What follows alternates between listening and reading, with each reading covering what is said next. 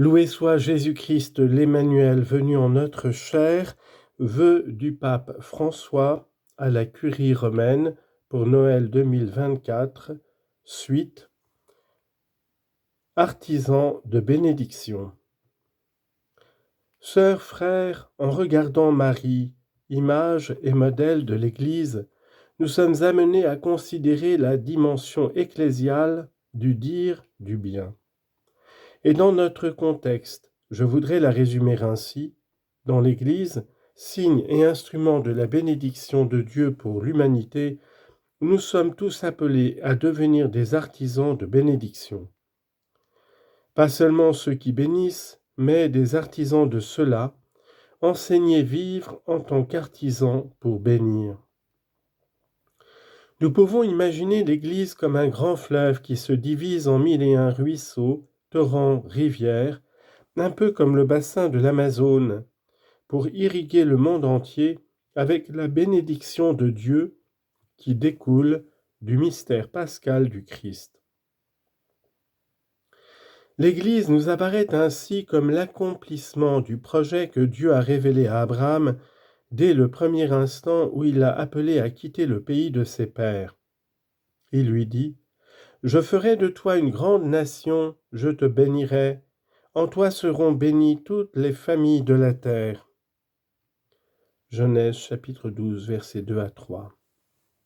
Ce dessein préside à toute l'économie de l'alliance de Dieu avec son peuple qui est élu, non pas dans un sens qui exclut, mais au contraire dans le sens que nous dirions sacramentel au sens catholique, c'est-à-dire en faisant en sorte que le don singulier parvienne à tous par l'exemple, mieux, par le témoignage et le martyre.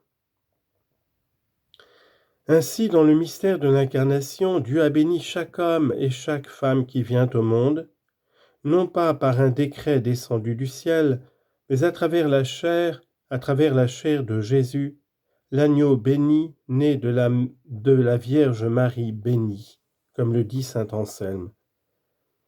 J'aime penser à la Curie romaine comme à un grand atelier dans lequel il y a beaucoup de tâches différentes, mais où tous travaillent dans le même but, dire du bien, répandre la bénédiction de Dieu et de notre Mère l'Église dans le monde. Je pense en particulier au travail caché du minutante. J'en vois quelques-uns ici qui sont bons, merci, qui préparent une lettre dans son bureau pour qu'un malade, une mère, un père, un prisonnier, une personne âgée, un enfant reçoivent la prière et la bénédiction du pape. Merci pour cela, car je signe ces lettres. Et qu'est-ce que c'est ? N'est-ce pas être artisan de la bénédiction ? Les minutanti sont des artisans de bénédiction.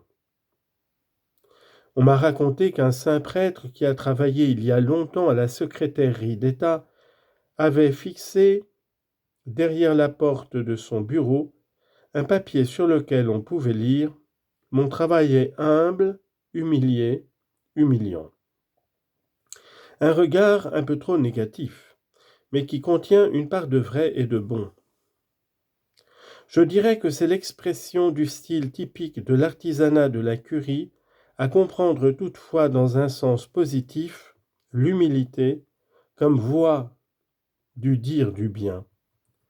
Le chemin de Dieu qui en Jésus s'abaisse et vient habiter notre condition humaine et ainsi nous bénit.